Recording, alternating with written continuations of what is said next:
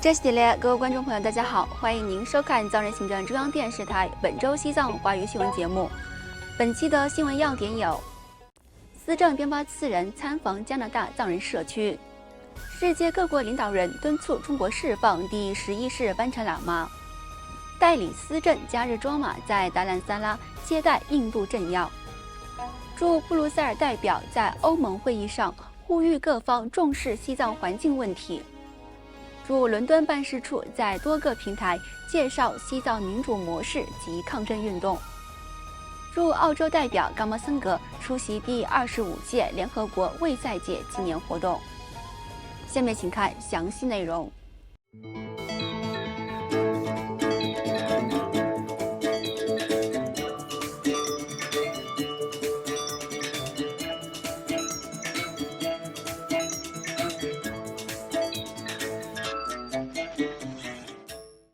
正在加拿大进行访问的藏人行政中央司政边巴次仁于美东时间5月16号会见了加拿大国会议员伊冯贝克，期间司政祝贺他连任，并感谢长期以来对西藏人民的支持。伊冯贝克议员在欢迎司政访问加拿大的同时，重申了他对西藏自由事业的坚定支持。当天，司政还参观了多伦多及贝维尔特伦顿的藏人社区，并与当地藏人民众进行了交流。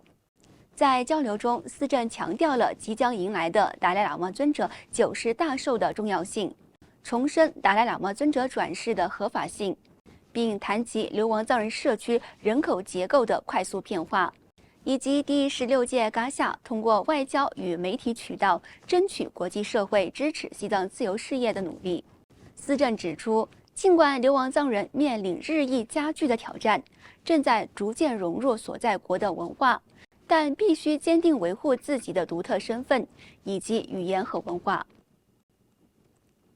此外，在上周六5月17号第11世班禅喇嘛更登确济尼玛遭中国政府强迫失踪30周年纪念日之际，世界各国领导人和议员纷纷敦促中国政府释放班禅喇嘛。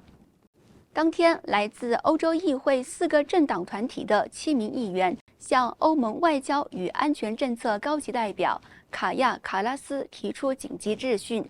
要求澄清第11世班禅喇嘛目前的下落，并呼吁欧盟在争取更登确济尼玛及其家人释放问题上采取更强硬的立场。此外，欧盟也通过其发言人阿努阿尔发表声明，首次公开对第11世班禅喇嘛更登确济尼玛的健康与安危表示关切。这一前所未有的声明显示，欧盟在与中国接触时，愿意将西藏的宗教自由和人权问题纳入其议程。同样，瑞士联邦议会支持西藏小组、德国宗教自由事务专员弗兰克·施瓦贝、意大利参议员安德利亚、德国联邦议会支持西藏小组主席米夏·阿尔布兰德也纷纷发表声明或公开在社交媒体上发文，敦促中国政府说明第11世班禅喇嘛的下落，并立即释放。与此同时，藏人行政中央驻布鲁塞尔办事处与比利时主要的藏人团体国际声援西藏运动欧洲分部以及风马组织在布鲁塞尔市中心共同举办了和平抗议活动。而驻日内瓦代表赤列去吉也参加了欧洲西藏青年会与瑞士藏人妇女协会共同在苏黎世组织的和平游行活动，敦促中国政府释放班禅喇嘛。另外，来自印度国民志愿服务团及印度教精神领袖组成的代表团于本周三5月21号访问印度北部达兰萨拉。当天下午，藏人行政中央安全部长兼代理司政加日卓玛和宗教与文化部副秘书长贡嘎坚参接待了来访的印度代表团。代表团成员包括印度教著名领袖斯瓦米萨奇达南达和加延德拉普里斯瓦米等。此外，应国际声援西藏运动的邀请，藏人行政中央驻布鲁塞尔代表仁增屈真根康于上周三5月14号出席了在欧洲议会举办的一场聚焦西藏河流建坝问题的会议，并发表演讲。代表人曾曲珍根康在演讲中强调了西藏高原的战略地位及其生态环境的脆弱性，警告肆意开采矿产和修建大型水坝将对亚洲多条主要河流构成严重威胁，而生活在下游地区的数亿民众将因此而面临水资源安全问题。他还呼吁全球气候与环境机构将青藏高原纳入国际环境保护框架，给予其应有的重视和支持。当天，代表人曾曲珍根康还与多名欧洲议会议员举行了一系列会谈，期间感谢欧洲议会近期通过关于西藏宗教自由遭侵害的决议，并讨论未来的合作方向。另外，应香港知名活动人士刘祖礼之邀，藏人行政中央驻伦敦代表次仁央金于5月10号出席了在伦敦安吉尔的首都城市学院举办的第3届英港年会，并发表演讲。代表次仁央金在发表演讲时，主要介绍了藏人行政中央的结构、发展历程及其治理理念。他鼓励香港人继续坚守自身语言与文化传统，在追求政治权利与自由的道路上保持信念，并指出西藏与香港在争取自由、抵抗威权统治方面的相似经验。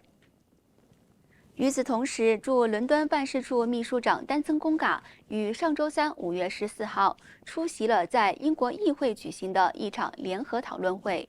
丹增公嘎在会议上主要谈及西藏在中国统治下宗教与文化自由受到的持续打压，以及第11世班禅喇嘛遭强迫失踪30年和西藏安多果洛高僧洪嘎多杰仁波切近期在越南被中国特工羁押期间离奇死亡的案件。